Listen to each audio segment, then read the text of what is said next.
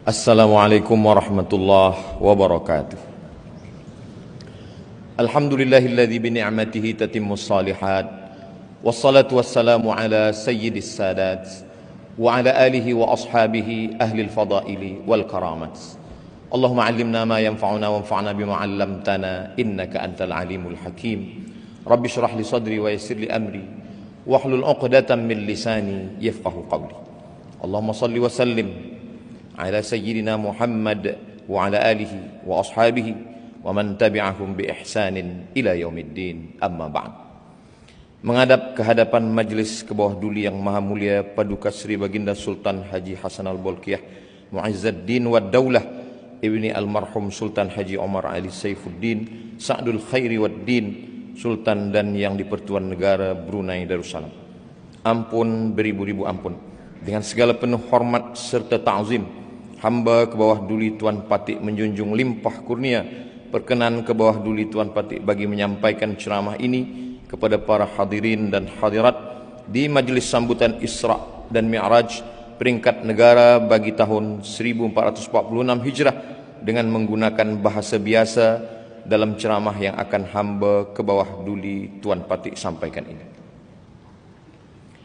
Tajuk yang dilimpahkan kepada Patik adalah sembahyang mencerdaskan minda.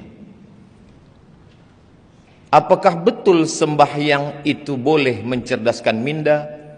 Maka syarat orang yang sembahyang mesti ada minda, baligh, berakal. Walaupun dia baligh, umur sampai, tapi kalau tidak berakal maka dia tidak wajib sembahyang. Rufi'al qalamu an thalathatin.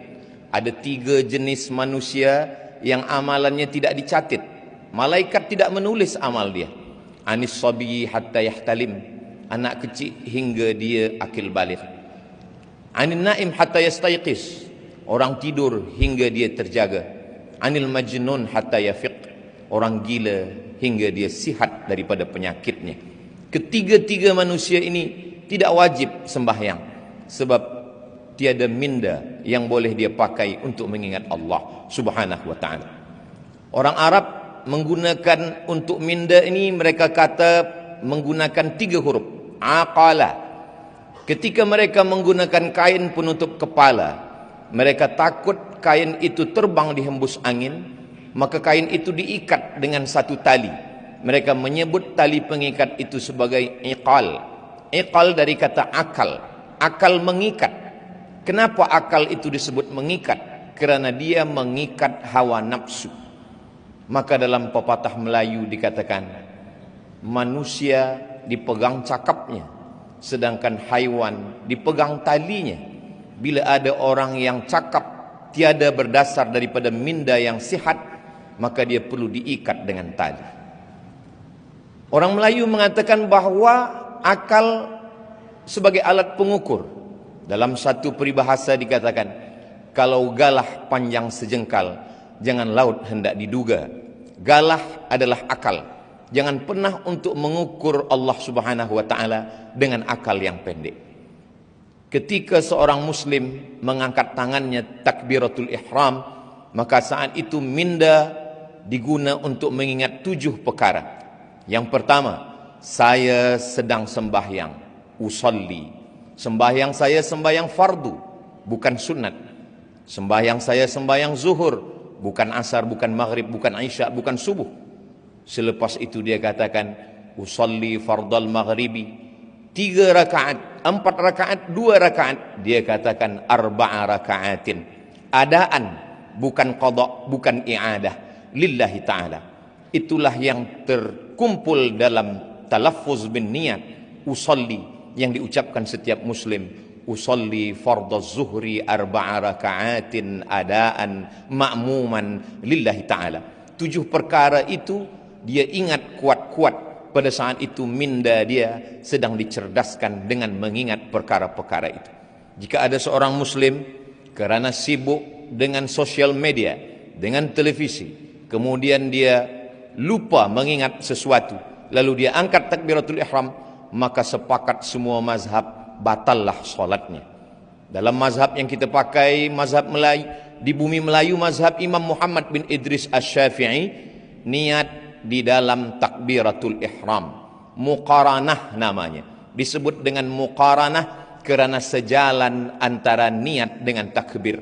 Ketika seorang muslim mengatakan Allahu Akbar, maka saat itu di dalam takbir itu saya sembahyang fardu zuhur 4 rakaat, 4 rakaat adaan makmuman atau imaman lillahi ta'ala.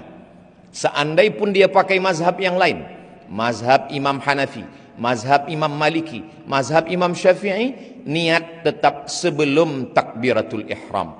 Tidak ada satu pun mazhab yang berniat selepas takbiratul ihram. Bila seorang tidak menggunakan mindanya pada takbir itu, kemudian dia mengangkat tangan Allahu Akbar, selepas itu dia ragu zuhur kah, asar, maghrib kah atau isya, maka batallah salatnya menurut semua mazhab.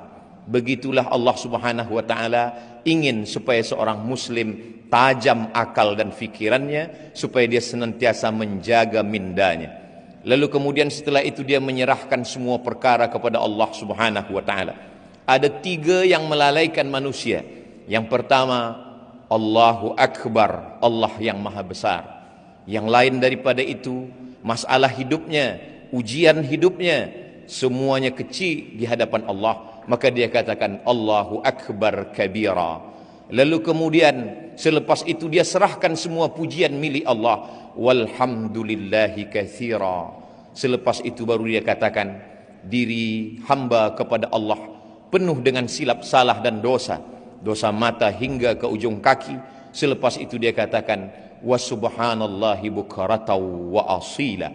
I'jabul mar'i bi nafsihi unwanu dha'fi aqlihi. Kekaguman, ujub terhadap diri manusia adalah punca daripada kelemahan minda. Minda yang kuat merasa diri bukan apa-apa, la haula wala quwata illa billahil aliyil azim. Ada 3 kerja minda. Yang pertama mengingat, yang kedua berfikir, yang ketiga sadar, kesadaran, awareness. Sekarang banyak orang yang tidak sadar apa yang dia katakan, apa yang dia ucapkan, apa yang dia perbuat. Maka ketika salat orang sedang menjaga kesadarannya. Muslim mengatakan sadar itu adalah khusyuk. Wa khasha'atil aswatu lirrahman. Suara-suara semua bersimpuh sujud kepada Allah Subhanahu wa ta'ala. Ketika orang sedang salat, maka dia menggunakan minda untuk mengingat apa yang dia katakan, apa yang dia baca. Syekh Ali Jum'ah mengatakan untuk membantu kekhusyuan, maka nafas mesti diatur. Dalam takbiratul ihram 1 nafas Allahu Akbar. Dalam iftitah muslim boleh membaginya ke dalam 4 nafas. Allahu Akbar kabiran walhamdulillahi katsiran wa subhanallahi bukratan wa asila. Wajjahtu wajhiya lilladzi fatara as-samawati wal arda hanifan musliman wa ma ana minal musyrikin. Inna salati wa nusuki wa mahyaya wa mamati lillahi rabbil alamin. La syarika lahu wa bidzalika umirtu wa ana minal muslimin. Apakah Nabi Muhammad SAW itu kalau salat mulutnya bergerak atau diam sahaja? Tabi'in tidak pernah melihat Nabi. Maka tabi'in yang tidak pernah berjumpa melihat Nabi bertanya kepada sahabat Nabi. Sahabat itu bernama Khabbab ibnul Arth. Ya Khabbab, wahai Khabbab, apakah Nabi itu kalau sembahyang mulutnya bergerak? Kata Khabbab, ya, Nabi itu kalau sembahyang mulutnya bergerak. Maknanya dia membaca, bukan diam. Kalau mulut Nabi bergerak, dari mana engkau boleh mengetahui mulut Nabi itu bergerak? Khabbab menjawab, saya tahu mulut Nabi bergerak karena saya melihat bittirabi lihyatih, kerana janggut Nabi bergerak. Janggut Nabi bergerak kerana rahangnya bergerak. Rahang bergerak kerana mulut membaca. Itulah mengapa sembahyang itu disebut dengan qiraah, bukan mutala'ah. Kalau membaca di dalam hati, bahasa Arabnya mutala'ah. Tapi kalau membaca dengan mulut berbunyi, maka disebut dengan qiraah. Apakah bersuara atau tidak? Kalau suara kita didengar orang lain, namanya waswasa. Alladzi waswisu, berbisik. Tapi kalau suara itu hanya didengar oleh kita sendiri, maka disebut dengan hamsah. Maka saat membaca itu, seorang muslim mengeluarkan suara, tapi seagak-agak hamsah, hanya telinganya saja yang mendengar. Allahu akbar kabira, walhamdulillahi katsira, wa subhanallahi bukratan wa asila. Ketika sedang salat, seorang muslim yang miskin, dia sedang dinaikkan darjahnya ke tempat yang tinggi. Seorang muslim yang kaya, dia sedang disedarkan dirinya bahwa dia tiada punya apa-apa. Saat itu dia sedang berkata, inna salati wa nusuki wa mahyaya wa mamati lillahi rabbil alamin. Kemana dia menghadap? Saat itu dia sedang menghadap kepada wajjahtu wajhiya lilladzi fataras samawati wal arda hanifan musliman wa ma ana minal musyrikin. Selepas itu barulah dia berserah, sebenar-benar berserah kepada Allah Subhanahu wa taala. Semua yang mengganggu dalam hati, dalam fikiran, dalam bisikan telinga, dalam lintasan hati, dia halau. Semua itu dia halau dengan ta'awuz. Dalam mazhab Syafi'i, ta'awuz, a'udzubillah, diucapkan dalam setiap rakaat. Kalau salat zuhur 4 kali ta'awuz. A'udzubillahi minasyaitonir rajim. Mengamalkan firman Allah, idza qara'tal Qur'an, kalau engkau membaca Al-Quran, fasta'iz billah, mintalah perlindungan kepada Allah Subhanahu wa ta'ala. Manusia senantiasa merasa takut, merasa cemas, merasa sendiri. Maka pada saat itu dia sedang merasa besar. Saya bersama dengan Allah. A'udzubillah minasyaitonir rajim. Setelah itu barulah dia sadarkan dirinya bahwa dia dalam rahmat kasih sayang Allah. Bismillahirrahmanirrahim. Rahman juga sayang, Rahim juga sayang. Apa beza Rahman dan Rahim? Rahman semua mendapat. Yang beriman mendapat, yang tak beriman pun dapat. Yang baik dapat, yang tak baik pun dapat. Rahman. Tapi Rahim, yang dapat hanya orang beriman sahaja. Itulah mengapa Allah menyandingkan Ghafur dengan Rahim. Tak pernah ada ayat Ghafurur Rahman, kerana ampunan diberikan Allah hanya kepada orang yang percaya. Wa kana Allahu ghafuran rahima. Setelah itu dia berdialog dengan Allah, dia berkata-kata dengan Allah. Kalau ingin bercerita dengan Allah, maka tegakkanlah salat. Ketika seorang hamba sedang berkata, alhamdulillahi rabbil alamin, Allah membalas. Apa kata Allah? Hamidani abdi, hambaku sedang memuji aku. Setelah itu hamba itu berkata, Ar-Rahmanir Rahim. Lalu kemudian Allah menjawab, apa kata Allah? Athna alayya abdi, hambaku sedang memuliakan aku. Maliki yaumiddin. Apa kata Allah? Majjadani abdi, hambaku sedang mengagungkan aku. Kemudian hamba itu berkata, Iyyaka na'budu wa iyyaka nasta'in. Apa jawab Allah? Sa'alani abdi, hambaku sedang meminta kepadaku. Ihdinas siratal mustaqim. Apa jawab Allah? Wali abdi ma sa'al, hambaku mendapatkan apapun yang dia mintakan. Sesungguhnya ketika orang sedang melaksanakan salat, mindanya, akalnya, fikirannya sedang fokus, sedang khusyuk, dia sedang bersama dengan Allah Subhanahu wa ta'ala. Ujian hidup menyebabkan manusia sakit secara mental, maka perlu kesehatan mental. Maka pada saat itu dia pilihkan ayat yang membuat dia merasa diperhatikan Allah Subhanahu wa ta'ala. Beban hidup seorang hamba menjalani segala kesusahan, kepahitan hidup. Maka pada saat itu apa ayat yang dia baca? Alam nashrah laka sadrak. Bukankah belum kulapangkan dadamu, kata Allah. Alam nashrah laka sadrak wa wada'na anka wizrak. Lalu kemudian aku angkat semua kesulitan, kepayahan yang engkau jalani dalam hidup. Lalu kemudian alladzi anqadha dhahrak, semua yang membebani pundakmu. Wa rafa'na laka dzikrak, kami akan mengangkat namamu, kami akan membuat engkau selalu dikenang sepanjang zaman. Kalaupun ada kepayahan, kesusahan, kesulitan hidup, maka sesungguhnya 2 kali Allah mengulang, fa inna ma'al usri yusra, inna ma'al usri yusra. Di dalam kepayahan itu ada kemudahan, di dalam kesusahan itu ada kebahagiaan. Fa idza faraghta fansab, kalau engkau selesai dari satu ibadah, jangan lupa, jangan lalai, fansab, pindahlah ke ibadah yang lain. Wa ila rabbika farghab, jangan lupa selalu berharap kepada Allah Subhanahu wa ta'ala. Setelah itu dia pun salah, diambil dari kata salah. Salah maknanya tulang belakang yang membengkok dan membungkuk. Salah maknanya membengkokkan tulang belakang menghadap Allah. Saat itu seorang hamba membungkuk kepada Allah dan dia berkata, Subhana rabbiyal azimi wa bihamdih. Selepas itu dia angkat kepalanya dan berkata, Sami'allahu liman hamidah. Selepas tulang belakang itu lurus kembali, lalu dia ucapkan dalam mazhab Syafi'i, Rabbana lakal hamdu mil'us samawati wa mil'ul ardi wa mil'u ma syi'ta min syai'im ba'du. Selepas itu 7 anggota badannya dia lekatkan ke tanah, 2 ujung kaki, 2 lutut, 2 tapak tangan, 1 kening. Di saat itu dia berkata, Subhana rabbiyal a'la wa bihamdih. Apa kata Nabi SAW? Aqrabu ma yakunul abdu min rabbih wa huwa sajid. Seorang hamba sangat dekat dengan Allah ketika dia sedang bersujud. Disitulah letak keadilan Allah. Seandainya Nabi mengatakan orang paling dekat dengan Allah ketika dia di Makkah, menangislah orang miskin. Bagaimana dia boleh sampai ke Baitullah? Seandainya Nabi mengatakan orang paling dekat dengan Allah ketika dia sedang di padang Arafah, betapa orang susah tak mendapatkan kemuliaan itu. Tapi betapa adilnya Allah. Apa kata Nabi? Aqrabu ma yakunul abdu min rabbih wa huwa sajid. Orang paling dekat dengan Allah ketika dia sedang bersujud. Yang miskin dan yang kaya, rakyat jelata siapapun jua, boleh menempelkan keningnya ke lantai dan berbisik.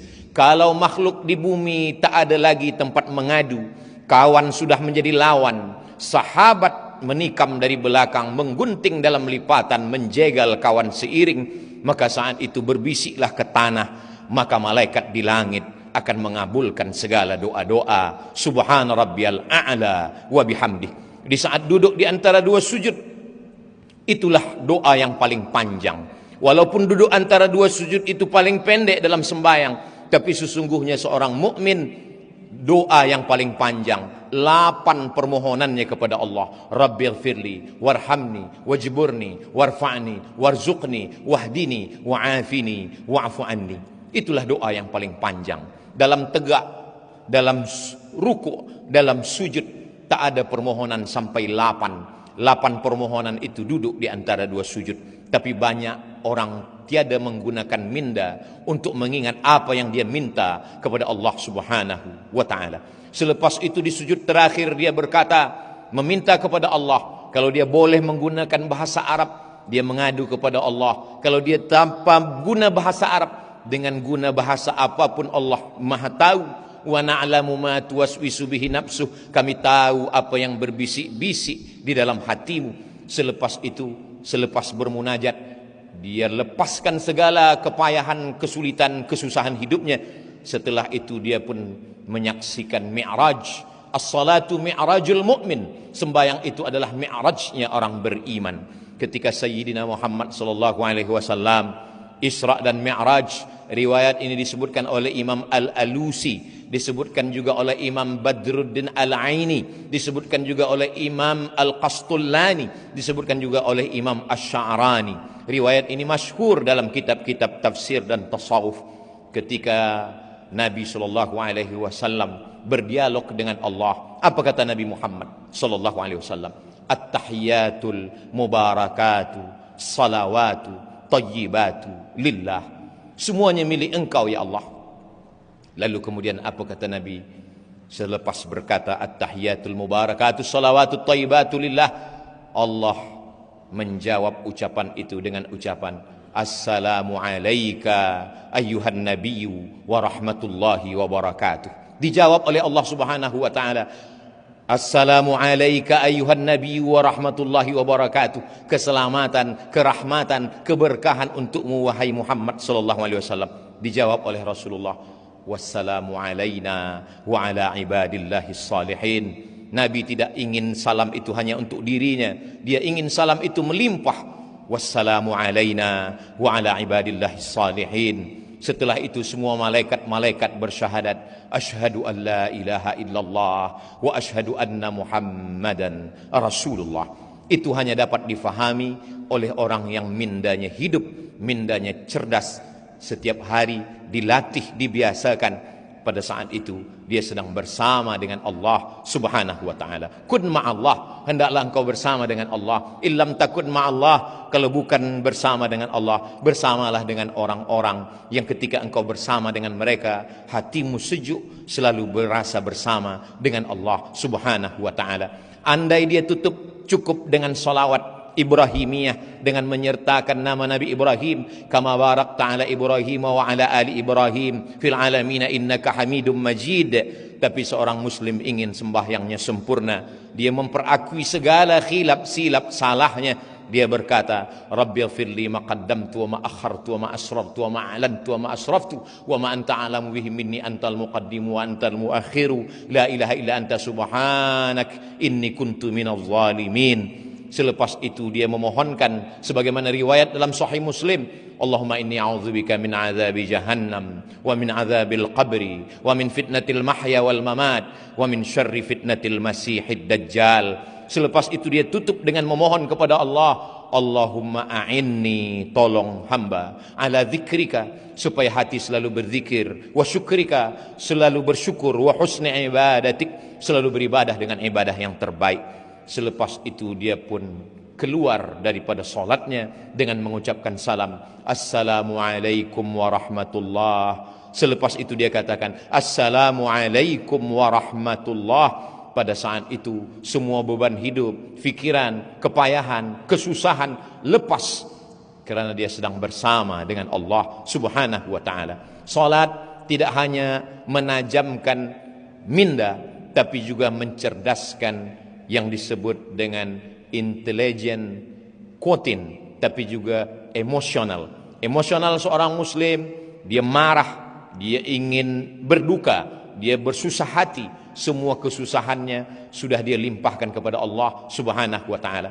Kalau Nabi Musa berdoa kepada Allah, Rabbi syrahli sadri, lapangkanlah dada hamba, berbeza dengan Nabi Muhammad sallallahu alaihi wasallam. Sebelum diminta dia sudah diberi. Apa kata Allah? Alam nashrah laka sadrak, bukankah sudah kulapangkan dadamu ya Muhammad sallallahu alaihi wasallam. Ketika seorang muslim sudah berserah diri kepada Allah, selepas salat dia tetap mengatakan astaghfirullah, astaghfirullah, astaghfirullah. Mengapa dia beristighfar? Dia bukan minum khamar, dia bukan melakukan perbuatan maksiat. Dia baru saja keluar daripada solatnya, aqwalun, ucapan, wa af'alun, perbuatan, mufattatahatun bitakbir, dibuka dengan takbir, wa mukhtatamatun bitaslim, ditutup dengan salam. Tapi kenapa dia mengatakan astaghfirullah? Begitulah seorang muslim, dia sadar dalam solatnya dia lupa, dalam solatnya dia lalai. Orang Melayu mengatakan khusyuk itu macam meniti pematang di tengah sawah. Seorang petani selepas memanen padi, dia pun memikul padinya di atas pematang yang licin, tanah liat di tengah sawah. Kadang terjatuh ke kanan, dia bangkit lagi.